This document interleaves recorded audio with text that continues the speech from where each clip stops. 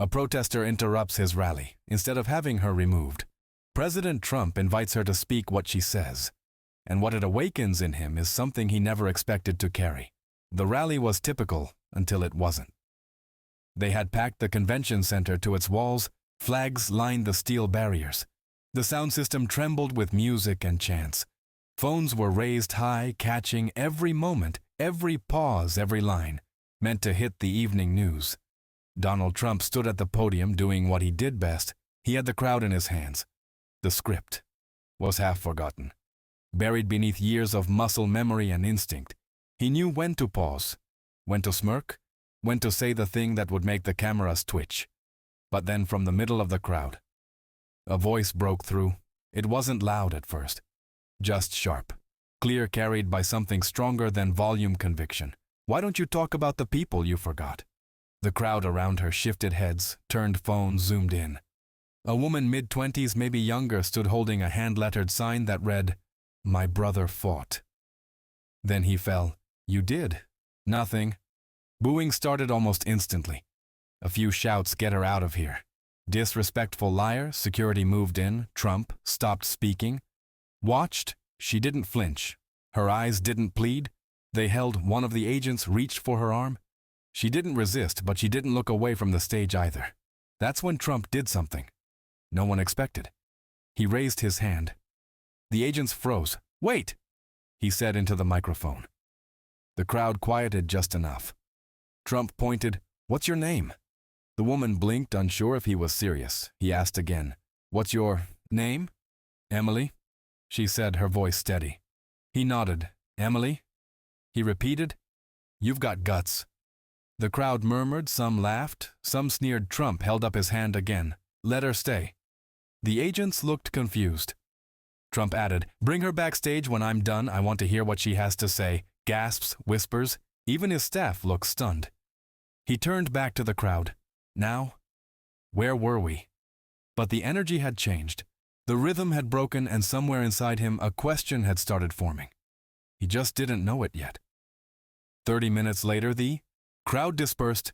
Trump was escorted into a secure room behind the stage one with low-lighting black curtains, a picture of water and silence.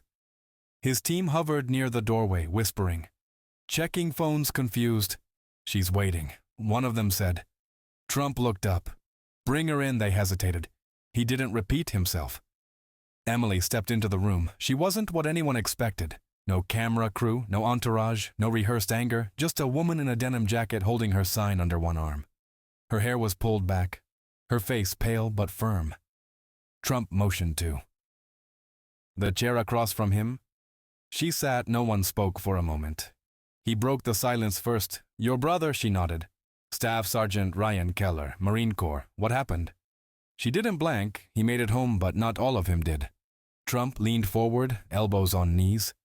"Go on." He served 3 tours, came back with a smile. "We thought he was okay. Then one day he locked himself in the garage, took sleeping pills. We found him too late." A pause. He left a note, one line. "Don't let them forget us, even when we're not useful anymore."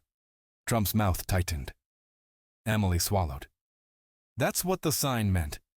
He nodded slowly. She continued. "He voted for you twice. He said you were tough, said you'd clean up the mess.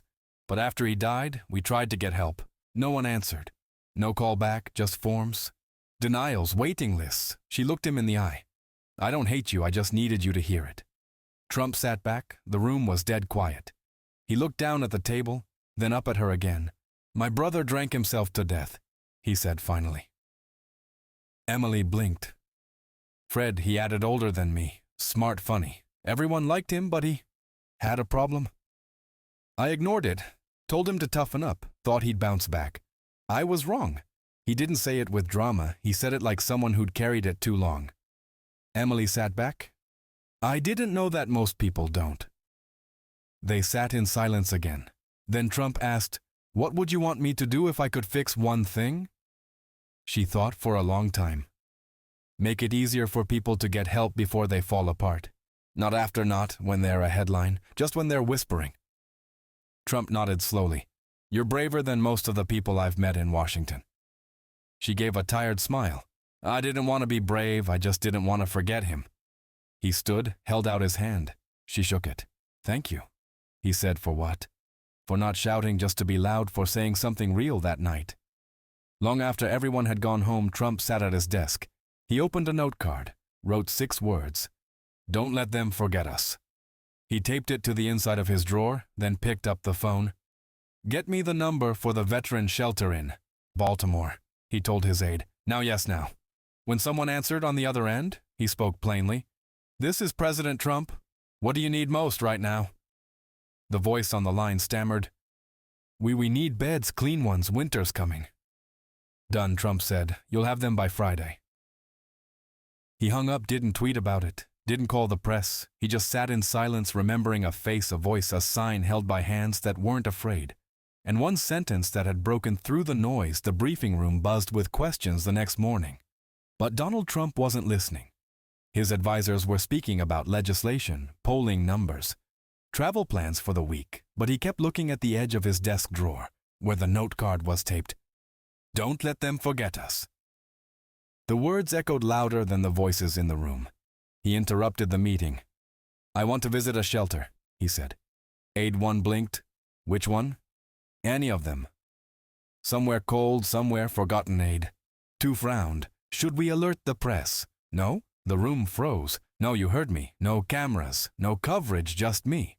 Someone stammered, "But sir, without press, there's no narrative, no benefit." Trump looked up. "Maybe the benefit isn't for me." Silence. Then he stood. "Pick one quiet, underrated, call them, and tell them to expect a guest. Don't tell them who that." Evening. He arrived in Pittsburgh unannounced, surrounded only by Secret Service and a cold November wind.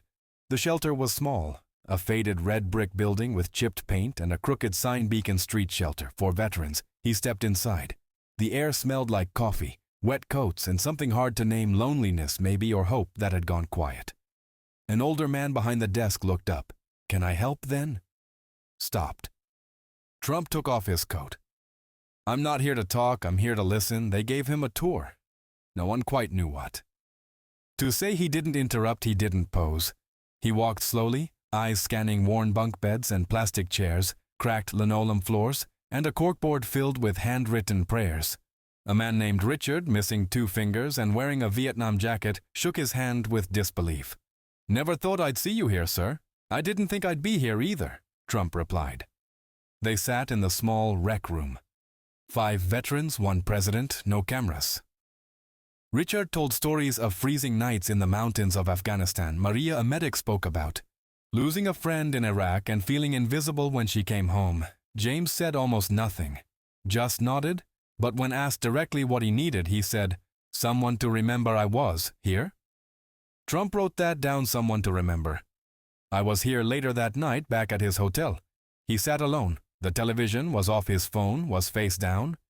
He pulled out the note card, flipped it over, wrote 2 new lines. "Someone to remember. I was here before I disappear." He added it to the drawer, then picked up the phone. "Get me Veterans Affairs. I don't want press. I want people in a room who actually fix things." The next morning, he met with 6 administrators from across the country. He didn't give a speech. He passed them the note card. "This is why you're here." He said, "I want every shelter in the country to feel seen." "Not once every month?" one of them asked. "And what do you want in return?" He looked at them. Nothing. He said, "Except that the next girl with a sign doesn't have to beg to be heard that night." In the quiet of the White House residence, he opened the drawer again. There were 4 notes now, all handwritten. No one else had seen them. He didn't need them to, because some change isn't loud, some change whispers. And for the first time in a long time, he was listening. The envelope arrived without fanfare. It was placed among dozens of memos, daily reports, security briefings and invitations, white, unremarkable plain. No return address, no staff marker. It should have been lost. But something about it caught his eye. Maybe the handwriting, maybe the fact that it had been slipped in quietly, as if by accident or grace. He opened it. Inside was a letter folded once, inked in clean lines. No name at the top, just a single opening. "I wasn't planning to write, but something wouldn't let me stay quiet." He knew who it was before she signed it. "Emily, I wanted to say thank you. Not for agreeing with me, not for fixing everything, but for not turning away when my brother died. I felt like the country moved on without him, without us, like his story didn't matter anymore. But when I walked into that room and saw you waiting, not angry, not defensive, just listening, I felt something shift. I've watched you my whole life from behind a screen. But that night, you felt human. And maybe that's what this country needs more than anything. Not perfection. Just presence. We don't need all the answers. We just need someone who doesn't look away when we cry. She hadn't asked for anything. Not a policy, not a program, just that he keep listening. Trump folded the letter slowly, pressed it flat with his hand, added it to the drawer. Now there were 5 notes and 1 voice. That evening he returned to the chapel, same small pew, same golden light through the window. He didn't bring advisors, didn't wear a suit. He wore a simple black coat like the one he used to wear in New York. Winters sat quietly and prayed. It wasn't eloquent, it wasn't rehearsed, it wasn't even certain, but it was real. He whispered names: Fred Ryan, Gloria, James Maria, Emily. He asked nothing for himself, only that he remember them when the noise returned, that he never grows so large, he forgets the voices that live small. The next day, he asked for a private phone line, one that only he could use. He wanted to call. Shelters, families, workers, one by one. No fanfare, no agenda, just to ask, "How are you doing?" Some were stunned. Some thought it was a prank, but he kept doing it late at night on flights between speeches. He wrote down what they said, folded the notes, added them to the drawer by the end of the week. It was nearly full a month later during a press conference about infrastructure. A reporter asked a question off topic. "Mr. President, there's a story going around that you've been calling shelters directly. Is that true?" Trump looked at him, then nodded. "I've made a few calls," he said. Why, the reporter asked. Trump paused, and then for once he didn't deflect, didn't pivot. "Because someone reminded me," he said, "that leadership isn't about talking louder. It's about listening longer."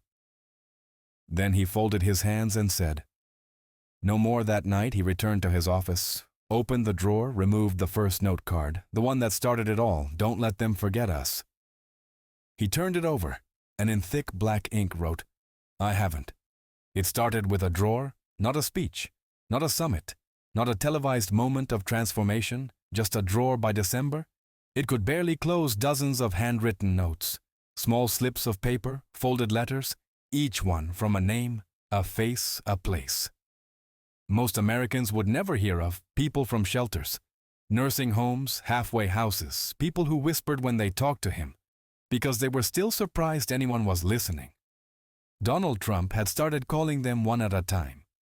No script, no secretary, just a simple question. "How are you doing?" He always let them speak first. Sometimes it was 5 minutes, sometimes it was an hour.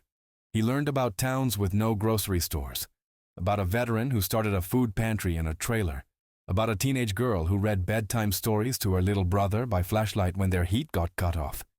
He listened to a retired nurse cry about her husband who passed during CO, and how no one sent a card, a call, a knock. No one remembered until he did. His staff was baffled. "He's reading letters again. I thought we moved on from this. He wants to send handwritten replies. He's the president. Who has time for this?" But he made time because something had shifted inside him. Not in the way of strategy or image, but in the quiet, harder way, where memory becomes mission. It wasn't about votes. It wasn't about redemption. It was about doing one right thing, then another one evening. He visited a halfway home in Indiana, no press. It was raining cold. The director didn't recognize him at first. He wasn't in a suit, just a long black coat, umbrella in hand, and a thermos of coffee he'd brought himself. He sat in the kitchen with 4 men and 2 women, all recovering from something: addiction, trauma, prison time, mental illness. No introductions, no titles. "Mind if I join?" he said. They stared. Then one of them said, "I didn't vote for you?" He nodded. "That's okay. I didn't come to win." Another man asked, "Why did you come?" Trump paused. "Because no one ever comes here." He said the woman next to him. Her name was Shondanda, whispered. People like us don't get visits. I know Trump said I'm here to change that. He left them each with a note, handwritten short, one sentence per person he remembered. Shas, you matter more than you know back in Washington. Something else began. He asked for a wall. Not a wall to keep people out. A wall inside the West Wing. A plain one, he called it the quiet wall. No plaques, no gold, just paper. He began taping up letters from shelters and hospitals and halfway homes, messages scribbled by children, quotes from the drawer every morning. He'd add a new one every night. He'd read one out loud to himself. His inner circle didn't understand it. But they didn't stop him because something had changed. The president who once needed cameras no longer needed an audience. The man who once filled arenas now sat with strangers in folding chairs, and the leader who once measured strength and applause now measured it. In quiet one morning, a janitor paused outside the quiet wall. Trump caught him staring. "Come here," he said. The man approached slowly. Trump handed him a note card and a pen. "Write something." He said something. Someone like you needed to hear when the world stopped listening, the man thought for a long time. Then he wrote, "You don't have to be perfect to be worth loving." Trump taped it on the wall himself and stood there for a long time reading it, letting it echo by the end of the week. There were over 100 notes. No press had seen them. No headlines were written, but something was happening. Staffers started leaving notes too. Secretaries' aides, security guards. The wall grew, and behind it something else grew, a new kind of presence. A space where the most powerful man in the country had chosen to remember the people no one sent for the people whose names weren't in history books, but who made history possible by simply surviving. That Sunday he walked through the White House alone, past the portraits, past the long corridors, past the rooms that had held war councils and world-shaking decisions. He stopped at the quiet wall, touched one note, then another, then pulled a fresh card from his pocket. He wrote slowly, carefully, then pinned it to the very center. "If we don't remember the small, we will forget what made us great." He stepped back, took a breath, and for the first time in years, he felt whole. The first snowfall came early, soft. Powdery flakes drifted through the streets of Washington, dusting sidewalks, softening sirens. The White House grounds turned to hush. Even the reporters outside lowered their voices as if snow deserved silence. Inside, the West Wing felt quieter too. Most of the staff had gone home early. It was a Friday holiday weekend ahead. But Donald Trump stayed behind. He stood before the quiet wall. It had grown more than 200 notes now, some typed, most handwritten messages from janitors, teachers, nurses, veterans, students, quotes like, "I don't need to be," fixed, "just heard," "I was never invisible, you just weren't looking." Sometimes the strongest ones never shout. He stood there for almost an hour, not reading, just receiving that afternoon. He met with a group of school children visiting from Ohio. They were part of a civics club. 10 of them, all wearing coats, 2 sizes too big, carrying notebooks and wide eyes. He gave them the usual tour, the portraits, the stories, the big desk. But when he led them past the hallway, one little girl tugged his sleeve. "What's that, Wall?" He turned, paused, then smiled. "That," he said, "is where I keep the things that matter most." He knelt beside her. "Do you want to read one?" She nodded. He lifted her up so she could reach. She pointed to a pink note. He read it aloud. "Being small doesn't mean being less." The children went quiet. One boy raised his hand. "Did you write that?" Trump shook his head. "Someone wiser than me did that night." He sat alone in his residence. He poured a glass of water, opened the drawer one last time, took out the first note Emily had inspired. "Don't let them forget us." He stared at it, then folded it and added one final card. "I didn't forget." I finally saw. Weeks later, he stood at Fred's grave in Queens. No cameras, no announcement, just a gray coat and a small bouquet of white flowers. He placed them down, gently touched the headstone, whispered, "I should have listened sooner."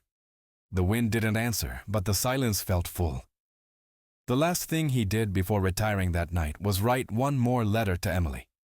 It said only this: "You did more than protest, you woke something up, and because of you, I will never lead the same way again."